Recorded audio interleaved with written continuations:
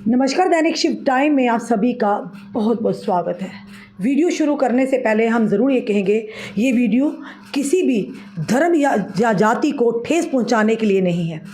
पर हाँ, एक महिला आज हमारे पास आई हैं और जब घर के मसले बाहर चार दीवारी से बाहर आए और लोगों को लगे या महिलाओं को लगे कि हमारी कहीं सुनवाई नहीं है, परेशान होकर थक हार कर वो मीडिया के सामने आते हैं। पर हमारा यही रहता है, निवेदन रहता है अपनी बहनों से, बेटियों से और भाइयों से, घर के मसले कोशिश कीजिए घरों के अंदर ही हल किए जाए। क्योंकि जब बाहर चार दीवारी से आते कई सारी प्रताड़ना, कई सारे आरोप प्रत्यारोपों का यानी कि आपको सामना भी करना पड़ सकता है। बच्चे गलतियां कर देते हैं, चाहे वो महिला हो, चाहे वो युवक हो या युवती हो। इंसान गलतियों का पुतला है और गलती किसी से भी हो सकती है, इसे आपसे भी हमसे भी हुई होगी लाइफ में, और उस गलती का पूरी उम्र खमियाजा भुगतना पड़े।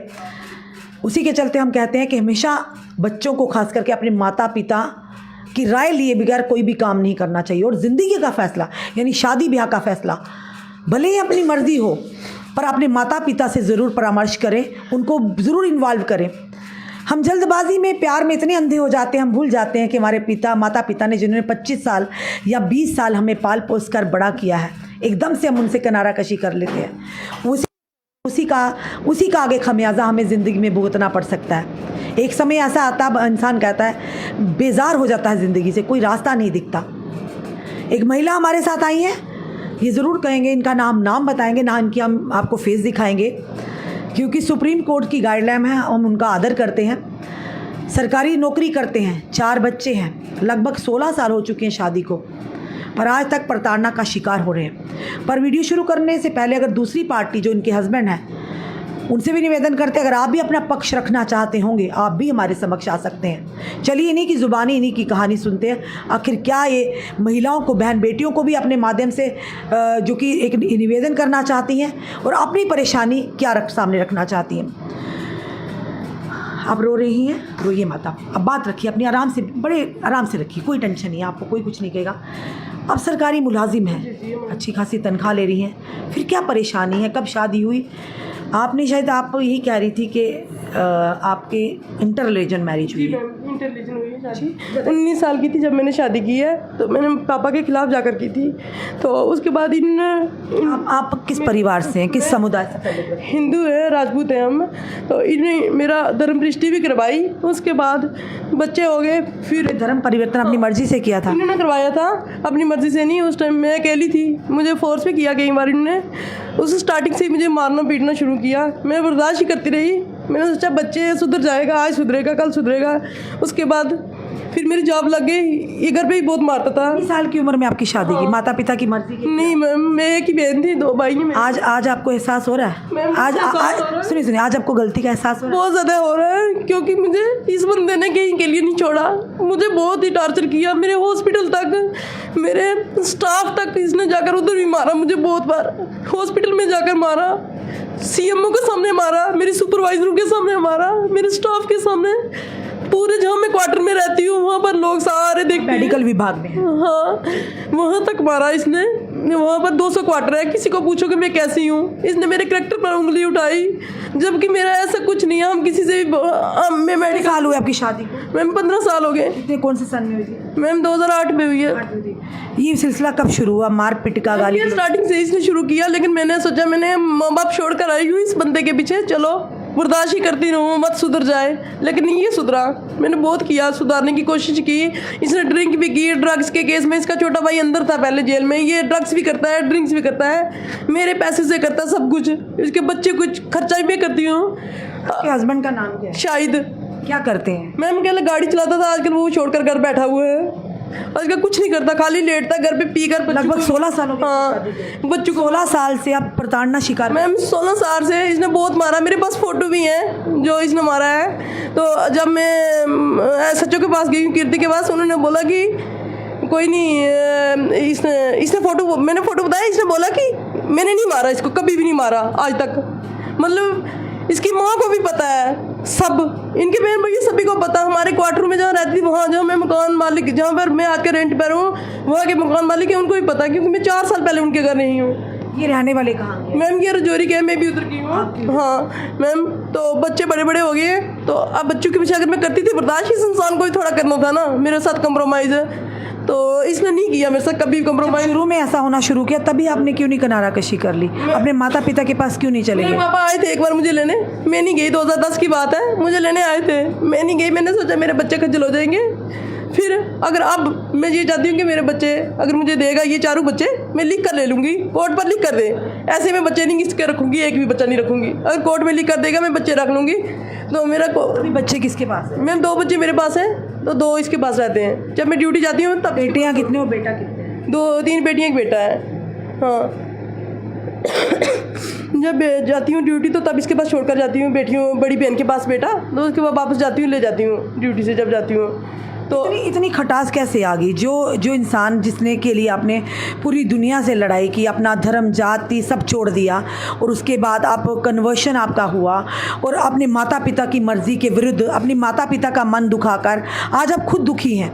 मैं बहुत दुखी हूँ, मुझे इसने बहुत टार्चर किया, बहुत एलिगेशन लगाए हद से ज़्यादा, इतना बर्दाश्त नहीं कोई कर सकता मेरे से। 2010 में आपके पिता आए थे, तो उसके बाद जब आपके ऊपर टार्चर हो रहा था आपने फिर क्यों नहीं उनको संपर्क किया? मैंने नहीं किया, मैंने सोचा, मैंने कहा चल बच्चे हैं, सुधर जाएगा, आज सुधरेगा कल सुधरेगा, लेकिन नहीं सुधरा ये इंसान। इसकी फैमिली में सब एक जैसे हैं, इसकी फैमिली में सभी ने मुझे टार्चर किया। जब इस बार मैंने स्टेप लिया वुमेन सेल में जाने का पुलिस स्टेशन, उस टाइम इन्होंने मुझे जाब से निकालने की धमकी दी। इसके एक मामू है सजाद मिर्जा, उसने बोलता जाब से निकाल दूंगा तुझे।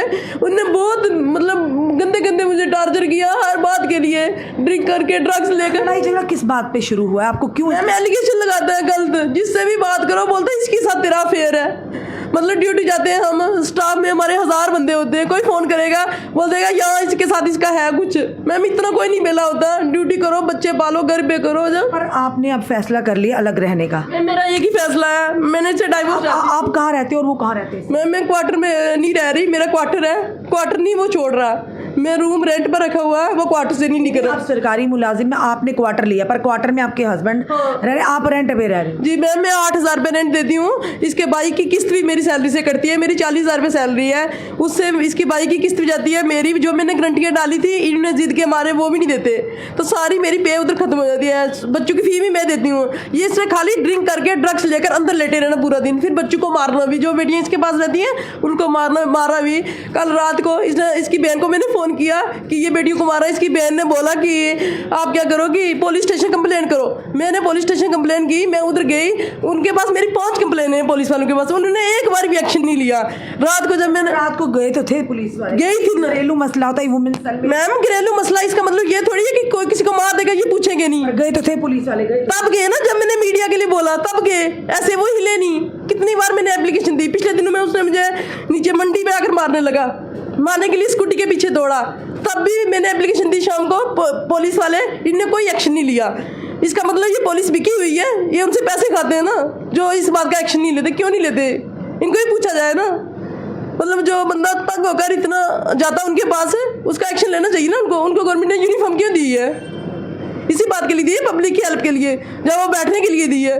रात को जब बोली तब आए वो, उसके बाद उन्होंने 10 बजे उसको छोड़ दिया, बोलते शटरिंग की हुई है, 10 बजे उसको छोड़ दिया, वापस आ गया घर। चलिए आपके हस्बैंड से भी हम बात करेंगे फ़ोन कॉल पर, देखेंगे क्या होता है क्या नहीं। पर अब क्या ज़िंदगी, देखिए आपने कहीं ना कहीं गलती, आप खुद कह रहे हैं गलती की, शादी करना बुरी बात नहीं है, पर माता पिता के विरुद्ध जाकर, और खास के काफ़ी सारे ऐसे हमने केसेस देखे हैं, लड़कियां गलती तो कर देती हैं, बाद में दोष देती हैं इसको या उसको दोष देती हैं, क्योंकि आपने अपनी मर्जी से अपना धर्म मैं किसी को दोष दे दूंगी, मेरी खुद गलती है जो मैं फर्स्ट ईयर। वही तो कह रहे हैं, आपने गलती थी तो आपने जल्दी सुधार लेनी थी ना गलती। अगर गलती वाकई थी, जब मैंने गलती कर ली, शादी कर ली, गलती हो गई, उसके बाद सुधरनी ही है। उसके बाद क्या सुधरना, जब बच्चे हो गए उसके बाद यही होता, वही लाइफ है, सब कुछ हो। 4 बच्चों का क्या कसूर है आप लोगों को? बच्चों का कोई कसूर नहीं है, बच्चे अगर देगा मुझे मैं रख लूंगी, अगर नहीं देगा लिख कर दे बच्चे मैं रख लूंगी, अगर नहीं देगा लिख कर मैं एक बच्चा भी नहीं रखूंगी। मैंने ये थोड़ी है कि उसको पाल पोस कर दूंगी तो बच्चे वो बाद में ले जाएगा, तो वो ड्रिंक करके घर पे पड़ा रहेगा तो मैं बच्चे उसके पाल कर दूँ। वो हॉस्पिटल तक मेरे पीछे आता है, हर डे मेरा पीछा करता है कि ये कहाँ जा रही है, क्या कर रही है, तो जबकि वो बच्चों को कभी दूध तक उसने पैसे नहीं दिए। हाँ, पहले की बात है, जब स्टार्टिंग में मेरी सैलरी कम थी उस टाइम वो रूम का रेंट देता था। जिस दिन की मेरी सैलरी SRO 202 टूटा उसके बाद मैं रूम का रेंट मैं देती थी, गाड़ी की किस्तें में। अपने माता पिता को फिर से ये बात बताइए। मैं मेरे माता पिता को पता है, अब वो मेरे साथ है, उन्होंने बोला है, सारे बोल रहे हैं कि तू छोड़ दे। जहाँ तक भी जो भी इंसान सुन रहा है ना इसकी हिस्ट्री, वही बोल रहे हैं कि गंदा इंसान है छोड़ दो, गंदा इंसान है छोड़ दो, क्योंकि इसके तरीके गंदे। इतना कोई होता है गिरा हुआ मर्द जो बीवी के पीछे पीछे ड्यूटी पर जाता है, हर जगह जाता है, ऐसा कोई नहीं होता। आप तो कमाकर घर में ही ला रही थी ना। तो और कहाँ दे रही थी मैम? ये बोलता लोग आज जो घर पे मेरा फर्नीचर है, जबकि इसके जोरी से हमने कभी कुछ नहीं लाया। एसी तक, मेरा टीवी, LED वॉशिंग मशीन जो भी है सब कुछ मैंने अपने पैसे से खरीदा। वो बोल रहा है कि ये मेरा है। जब मैं क्वार्टर खाली करूंगा, कोर्ट से ऑर्डर आएगा, क्वार्टर खाली करूंगा तो ये सामान ले जाऊंगा मैं। ऐसे कैसे मतलब ले जाएगा? जब मेरा सामान खरीदा हुआ है, इसने एक स्पून नहीं लाया, वो कैसे लेगा? आपके हस्बैंड, गाड़ी भी मेरी है। आपके हस्बैंड के घर वाले जो माता पिता, उनसे बात नहीं की? मैम इसके मम्मा बहुत अच्छे है इसकी, मतलब घर पे तो आपको पता होता रहता सास और बहू का। उनने मेरे से माफ़ी मांगी है, लेकिन मैंने ये देखो, जब उसकी माँ ने एक बार माफ़ी मांगी, अब यकीन मानो मैं पूरी रात नहीं सोई थी, क्योंकि माँ उसकी पाँव में गिरी थी। मुझे बहुत फील हुआ था, क्योंकि उसकी माँ बहुत अच्छी है, उसकी माँ इतनी अच्छी है, हद से ज़्यादा है। वो ये छोटे छोटे थे जब उसकी माँ ने इनको पाला था, लेकिन ये बच्चा गंदा है, ये 3rd क्लास है, इसके साथ कोई लड़की नहीं रहना चाहेगी, कोई भी नहीं रहेगी, बस इसकी माँ का कोई कसूर नहीं है। क्या कहना चाहेंगी हमारी बहन बेटियां जो इस समय आपको बहन बेटियों से मैं यही बोलना चाहती हूँ बहन बेटियों से कि इंटेलिजेंट कभी शादी नहीं करना, खासकर माँ बाप के खिलाफ जाकर बिल्कुल भी नहीं करना। अपने धर्म में करो, चाहे वो मांगने वाला ही हो, भिखारी हो, लेकिन शराबी और चरसी से बिल्कुल भी नहीं। तो चाहे नौकरी ना करने वाला हो, मांगने वाला हो, उसके साथ भी गुजारा हो जाता है, लेकिन ऐसे इंसान से कभी शादी नहीं करना। बस यही मैं चाहती हूँ और कुछ नहीं। और इसके खिलाफ ना, और SHO मैम है जो कीर्ति मैम, उनको बोला जाए कि वो इसके खिलाफ FIR लगाएं। जब भी मेरी 3-4 काउंसलिंग होगी, मैं बार बार ड्यूटी करूं, जब काउंसलिंग के लिए जाती रहूं, हर 2-4 दिन के बाद काउंसलिंग रखते हैं। उनका ये गुजारिश है उनसे कि वो इसके खिलाफ FIR लगाएं। तो FIR लगाएं, अगर FIR नहीं लगाते तो इसके जो स्टेटमेंट है वो कोर्ट में भेजी जाए। बस मैं उनसे भी बात करूँगी क्या नहीं। हमने आपको इस महिला की कहानी इसी की ज़ुबानी सुनाई, पर ये ज़रूर कहेंगे धर्म कोई बुरा नहीं होता, हर धर्म में बुरे लोग पाए जाते हैं। जिस महिला ने अपने धर्म परिवर्तन कर दिया, अपने माता पिता की इच्छा के विरुद्ध शादी की, अपनी ज़िंदगी बदल डाली, अपना नाम बदल डाला, आखिर में मिला क्या? पिछले 16 साल से इन्होंने कहा, जैसे ये कह रही हैं प्रताड़ना का शिकार हो रही हैं, ये परेशान हो रही है, पर कहीं ना कहीं आज जाकर इन्हें समझ आ रही है कि नहीं, अब मुझे अलग होना है, अब मैं नहीं सह सकती हूँ। पर उन 4 बच्चों का क्या? उस दौरान जो 4 बच्चे हुए हैं, उन मासूम बच्चों का क्या? पर कहीं ना कहीं उस व्यक्ति से भी कहेंगे कि जिस समय आपने इनसे शादी की थी, जिस महिला ने आपके लिए दुनिया छोड़ दी, पूरा अपना यानी कि पूरा निज़ाम बदल दिया, कम से कम आप भी बहन वाले होंगे, आपकी भी बहनें होंगी, भगवान ना करे कभी उनके साथ कुछ हो, उस समय आपको किस तरह का दर्द होगा। तो ये भी किसी की बहन है, बेटी है, तो आपका इस तरह से इनके साथ व्यवहार करना सही नहीं है। उस समय शादी करते हुए ना ही आपको कुछ गलतियां एक दूसरे की दिखती हैं, सिर्फ आपको प्यार दिखता है, एक दूसरे के लिए मर मिटने का जज्बा दिखता है। शादी के कुछ समय के बाद वो जज्बा कहाँ जाता है? इसीलिए कहते हैं जज्बात होकर सोच समझ कर, ज़िंदगी का जो फैसला है सोच समझ कर लीजिए। अपने माता पिता की मर्ज़ी से जो भी कदम उठाइए ज़िंदगी का, उनको ज़रूर बीच में रखिए। और ख़ास करके अपने धर्म में, जिस तरह से इस महिला ने कहा कि अपने धर्म के बिना कहीं शादी करना किसी धर्म में बुरी बात नहीं है, पर हमने वही कहा कि हर धर्म में बुरे लोग ज़रूर पाए जाते हैं, जिसकी वजह से ये सवाल करना भी ज़रूरी हो जाता है। अब खुद सोचिए, 16 साल के बाद अगर ये अलग हो जाते हैं, जिस तरह से उन्होंने कहा हमारे केसेस भी चल रहे हैं, उन 4 बच्चों का क्या कसूर होगा? पूरी तरह से ना उन्हें माँ का प्यार मिल पाएगा, ना पिता का प्यार मिलेगा पाएगा। काश ये सोच इन्हें पहले आई होती, जब वो बच्चे पैदा ना हुए थे, तो आज उनकी ज़िंदगी, उनका भविष्य अंधकार में ना, ताक पे ना लगा होता। ये जो पूरी वीडियो लाई, ये एक सीख है हमारी बहन बेटियों के लिए, हमारे भाइयों के लिए, कि जज्बात में आके, जल्दबाजी में आके ज़िंदगी के फैसले इस तरह ना कीजिए।